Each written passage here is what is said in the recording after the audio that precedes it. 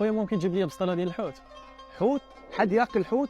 واسع عبد الله، راه الحوت ديالنا ماشي الحوت ديالكم. انتم كتقولوا سمك، حنا نقول حوت. تصدقون ان كلامه صحيح؟ يومية المغرب استغربت انهم يطلبون من المطعم حوت، ويوم سألت طلعوا يسمون السمك حوت، وفي الحقيقة هم أقرب للغة العربية. كلمة سمكة ليس لها في العربية أصل، هذا بحسب مقاييس اللغة لابن فارس، ولم أجد أيا من اللغات السامية أو الآرية أو التركمانية تسمي هذا المخلوق سمكة إلا اللغة السواحيلية، هي بالسواحيلية سماكي. في المغارب يريحون أنفسهم فيسمون السمك حوتا، فهم في هذا أعرب من المشارقة.